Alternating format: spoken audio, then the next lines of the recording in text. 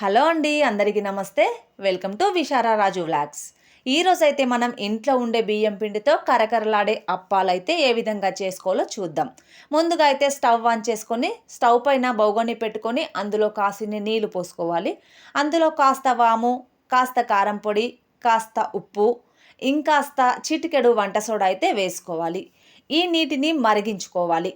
మనం మరుగుతున్న నీటితో అయితే మనం పిండి తడుపుకుంటే అప్పాలైతే మనకు కరకరలాడుతూ నోట్లో పెట్టుకుంటే కరిగిపోయేలాగైతే వస్తాయి. ఇందులో కాస్త మరుగుతున్నప్పుడైతే కొంచెం అల్లం వెల్లుల్లి పేస్ట్ కూడా వేసుకోవాలి.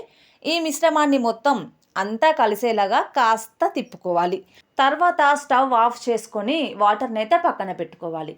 ఇప్పుడైతే జల్లించి పెట్టుకున్న బియ్య పిండిలో సన్నగా కడిగి తరిగి పెట్టుకున్న కొత్తిమీర, కరివేపాకునైతే ఎక్కువగా వేసుకోవాలి. ఎందుకంటే ఎక్కువగా వేసుకుంటే చేసుకునేటప్పుడు కలర్ఫుల్గా ఉంటుంది.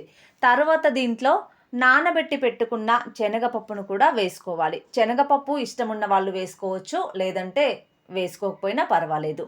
ఈ మిశ్రమాన్ని మొత్తం మనమైతే చేత్తో కలిసేలాగా అయితే కలుపుకోవాలి. దీంట్లో కారం పొడి, పసుపు, ఉప్పు ఏమి వేయట్లేదు. మొత్తం అయితే మనం వాటర్లో వేసుకున్నాం కాబట్టి ఇంకా పక్కన పెట్టుకున్న నీళ్ళని ఒక చిన్న పాత్రలో తీసుకొని ఒకేసారి పోసుకున్నట్టయితే పిండి ఒకేసారి పలచగా అయిపోతే అప్పాలు చేయడం కష్టంగా ఉంటుంది. కాబట్టి వాటర్ని చూసుకొని కొద్ది కొద్దిగా అయితే పోసుకోవాలి. మనం తడుపుతున్నప్పుడు పిండి మాత్రం చాలా గట్టిగా ఉంటేనే అప్పాలు బాగా వస్తాయి. కాబట్టి జాగ్రత్తగా అయితే వాటర్ తక్కువగా పోసుకుంటూ అయితే కలుపుకోవాలి. మనం మిశ్రమాన్ని మొత్తం కలుపుకున్న తర్వాత పిండి అయితే మనకు ఈ విధంగా ముద్దలా అయితే రావాలి. ఇంకా ఈ మిశ్రమాన్ని కలుపుకున్న తర్వాత ఒక 5 నిమిషాలు అలా మూత పెట్టి పక్కనైతే పెట్టుకోవాలి. ఈలోపు స్టవ్ ఆన్ చేసుకొని స్టవ్ పైన కడాయి పెట్టుకొని ఆయిల్ పోసుకొని అప్పాలైతే రెడీ చేసుకోవాలి. ఆయిల్ హీట్ ఎక్కేలోపు మనమైతే చిన్న చిన్న ఉండలుగా చేసుకొని ఇంకా వాటినైతే అప్పాల్లా ఒత్తుకోవాలి.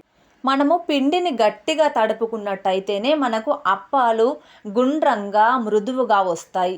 మనము పిండిని పలచగా తలుపుకున్నట్టయితే మనకి అప్పాలు ఒత్తేటప్పుడు చాలా ఇబ్బందిగా అవుతాయి.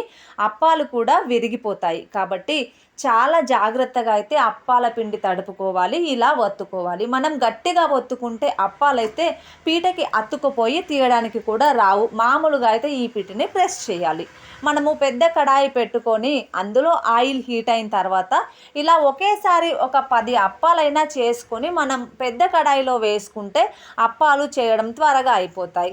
మనం ఈ అప్పాలు వేగడానికి చాలా టైం పడుతుంది. కాబట్టి ఎక్కువసేపు మాత్రం డీప్ ఫ్రై చేసుకోవాలి. మనము ఎక్కువసేపు డీప్ ఫ్రై చేసుకోవడం వల్ల ఆయిల్ అనేది మనకి అబ్జర్వ్ అవ్వకుండా నీట్గా ఉంటుందన్నమాట. అలా డీప్ ఫ్రై చేసుకున్న తర్వాత ఈ అప్పాలు కూడా ఒక నెల రోజుల వరకు అయితే మనకి నిల్వ ఉంటాయి.